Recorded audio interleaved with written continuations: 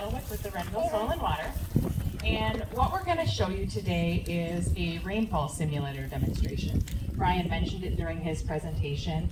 And what we're going to be looking at is how different cropping systems handle infiltration of water. What happens when that raindrop hits the surface of the earth? Where does that water go? And where does the soil go? So I'm going to describe what we're looking at here, and please feel free to ask questions, chime in if there's something you want to know that I maybe didn't say. Plus, keep in mind I work for the government, so I use a lot of acronyms. So if I do by accident, please ask me what I'm talking about, because I don't need to. So what we're looking at here is a rotationally grazed pasture system. So this system has a strategic strategy of moving animals in and out at different times of the year throughout the grazing season, giving this pasture adequate rest so the soil structure can build and the root structure can build. And it's basically a regenerative grazing system. So they've got long-term resiliency in that grazing. This one next to it, it's a necessary evil. It's a heavy use area. Pastures have them and it's just life. But what we're hoping to show you with that is the benefit to a regenerative grazing system and that grazing management to see how a heavy use area reacts to that raindrop. And then in the middle, we've got a conventional spring and fall tillage, the corn and soybean crop rotation that we're looking at. Next to it, we have a strip till system. This is corn this year, and I believe it has been in strip till 3 years? 4. 5. Oh my gosh, where did time go? 5 years of strip till is what we're going to be looking at. And then hopefully it's okay to tell you this is fill soil. This is actually not from this field, it's from a field half mile away as the crow flies. So corn, soybean, rye rotation with a diverse cover crop mix on it. So I'm going to start this, and when we start the rainfall, I want you to really pay attention to what happens when that raindrop hits that soil. And keep in mind, raindrop is going to hit the surface of the earth at an average speed of 20 miles per hour. And it's going to move those soil particles horizontally and vertically up to 5 feet.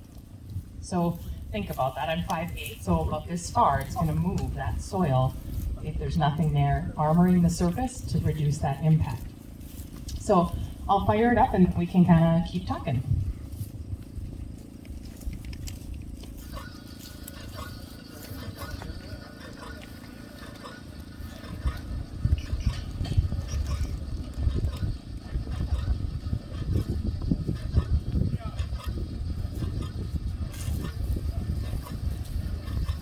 So take note of what happens on that backsplash as that first rain starts to fall. Does anybody observe anything on the white? Soil. Soil, exactly. And where is that soil really moving from? Somewhere where we don't have that soil surface armored with either residue or growing cover crops. So that's really the importance of knowing that that aggregate, the soil aggregate, is moving. And if it's moving, what else is going with it? Nutrients, exactly. Those expensive inputs that Brian was encouraging you to save money on by doing strip till, they're going to move along with that soil particle. And so in the world of soil and water conservation, think about then, where is that going? Is that going into a water of the state? Is that going to have a negative impact on water quality? So we want to try and focus on keeping the raindrop where it lands, getting it into the soil profile and allowing the soil to function like the sponge it is and wants to be.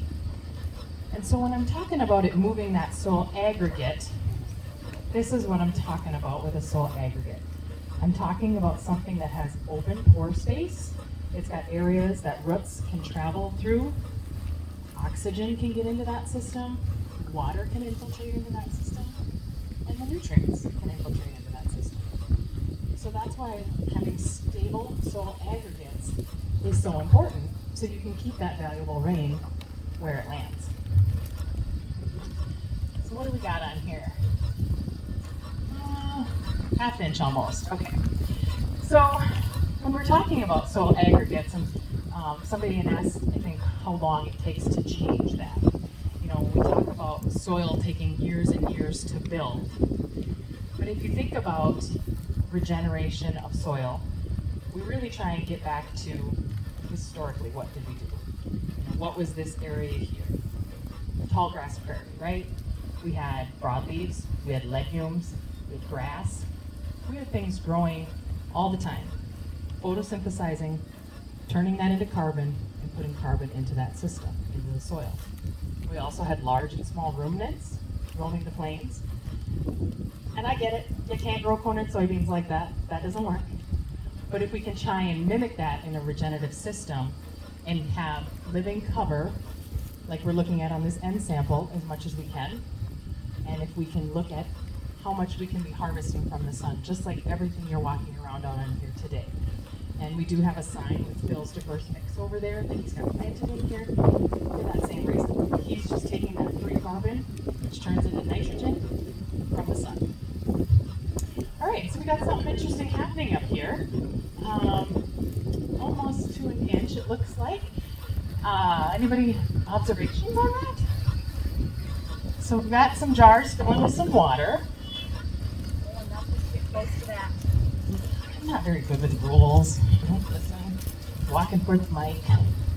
So we've got some runoff occurring in this system. And what do you think is causing that? Is it that raindrop impact? Is that unstable aggregate like we were talking about, where it doesn't have these voids to take that raindrop impact? I wonder, potentially.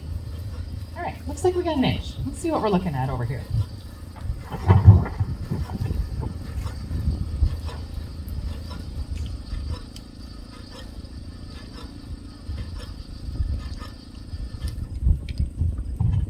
I'm just staring down at the power cord right in front of my face. Whoops. Okay, so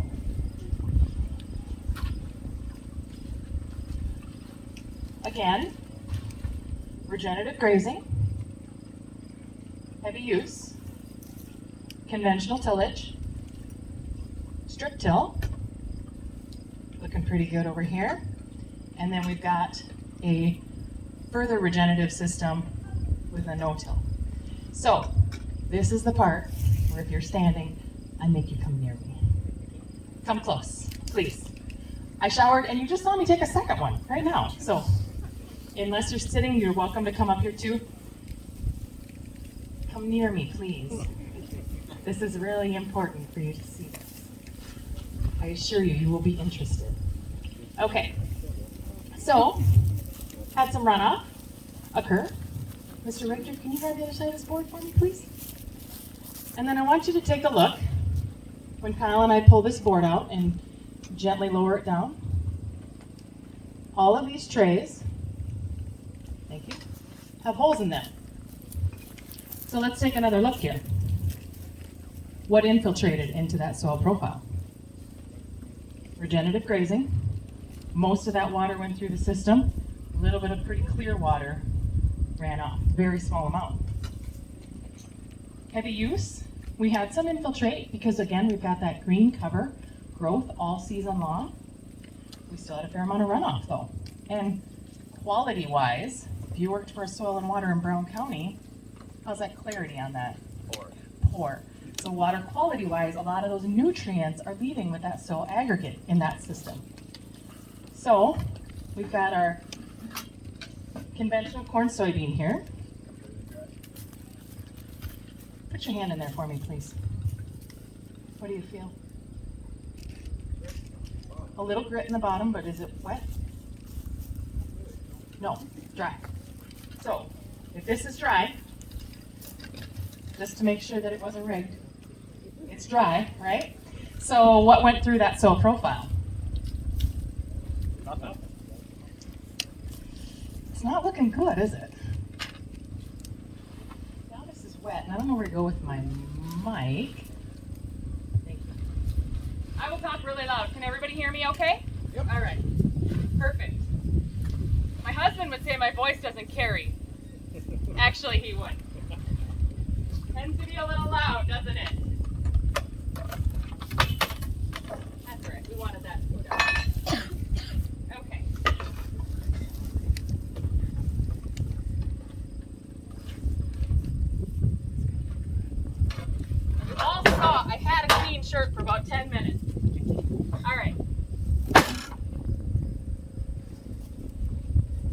What infiltrated that pan?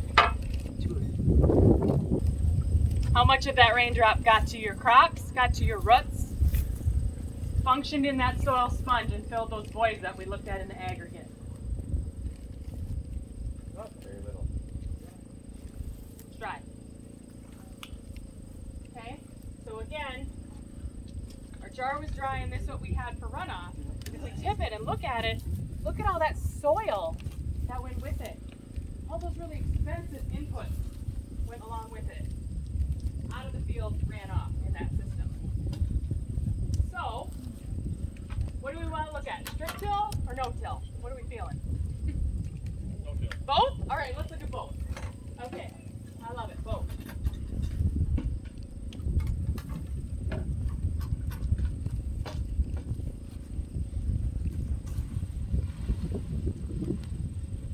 Just scooch that back a little bit.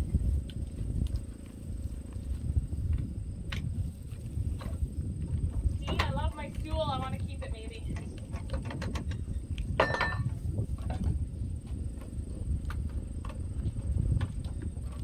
Okay.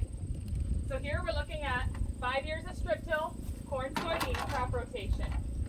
Working some covers into that system here and there, but not cover cropping it every year.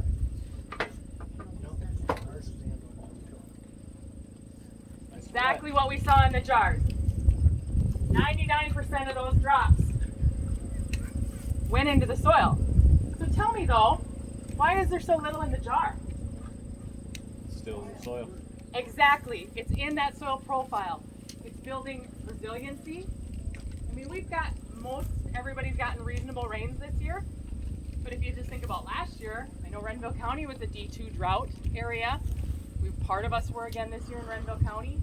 How important it is to let that soil function like the sponge it is and retain that moisture. And again, what I really want to point out on this strip till system and the no-till, look at the clarity. We have a tiny bit of runoff. But look at that clarity of water that moves off of that soil profile. That's pretty darn good. That's so darn good.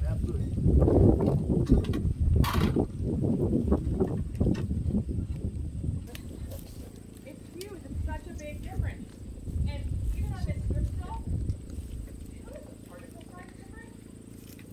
It's all full aggregate that moves slightly. It's not all of the sand, silt, and clay that we saw in that other jar. And this no-till system, if we run out of water, we might be drinking this yet today because it looks pretty darn good. All right, let's take a look then. Phil, is it okay if I just dump it on the ground here? What's that? Can I dump the tray on the ground? Yeah, absolutely.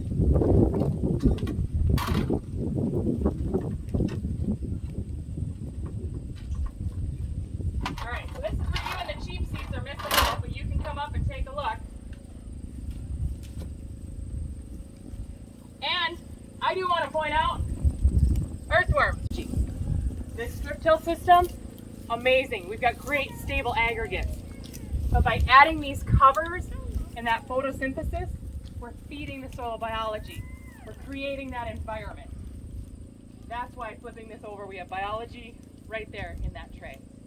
And the strip till's great, but we still don't have that level of biology without something photosynthesized.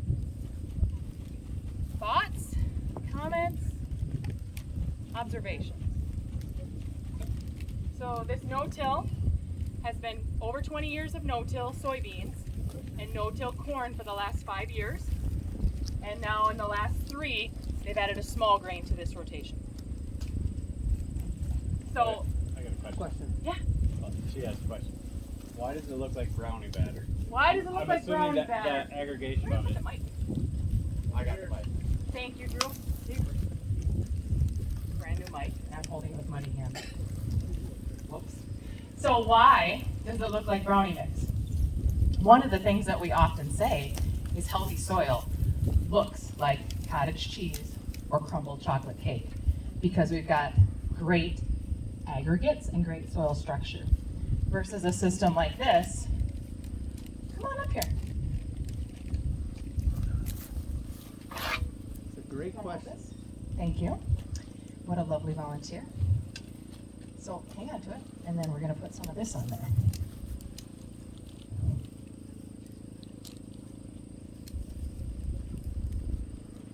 So let's walk around. So if we're looking at this, you can really see the difference in structure. This is very fine, very delicate, and susceptible to water and wind erosion, where these systems are very strong and very stable. Let's walk this way, please. And it's very visual just to look at that different aggregate structure, how this is very fine. One of the things we often say is that dirt is dead, like this, because we don't have any biology, and soil is alive, because we've got that soil structure and the biology of the worms. Let's come over here. You did such a great job. I never get an assistant. I love this. I'm going to be too big a head, though. Wonderful. So we'll maybe make a look back here and show the difference. So we're looking at protecting that soil, keeping it strong, keeping it in place. Great job. Wonderful. Perfect. Put on this roll and then you're off the hook. So really you can tell the difference as far as erosiveness, where something would potentially blow or wash away. Okay, you did a great job. So at the Soil and Water Office and at Hawk Creek Watershed and our partners at USDA, we're here to help try and make that transition. Is there certain things that we can offer advice on? Maybe it's not jumping right into strip till or no till, but maybe it's figuring out how to reduce one pass or make that pass less aggressive. So we're maintaining that soil structure and that soil aggregate and building this resiliency into the system. And Brian kind of touched on it a little bit about that resiliency when it comes to compaction. We see that time and time again. When you've got soil structure like this strip till and this no till, you are held to Mother Nature. You can spray if you need to when others maybe can't spray. And harvesting, unbelievable. We have seen some very stuck combines next to strip tillers because they can just float across that soil structure. And there's several farmers here with green shirts today. They're doing all different things. Some strip till, some straight no till. And so please visit with them. They have lots of great stories and advice and successes, especially if you don't believe me. They'll tell you the truth that it's working and what it's done for them long term.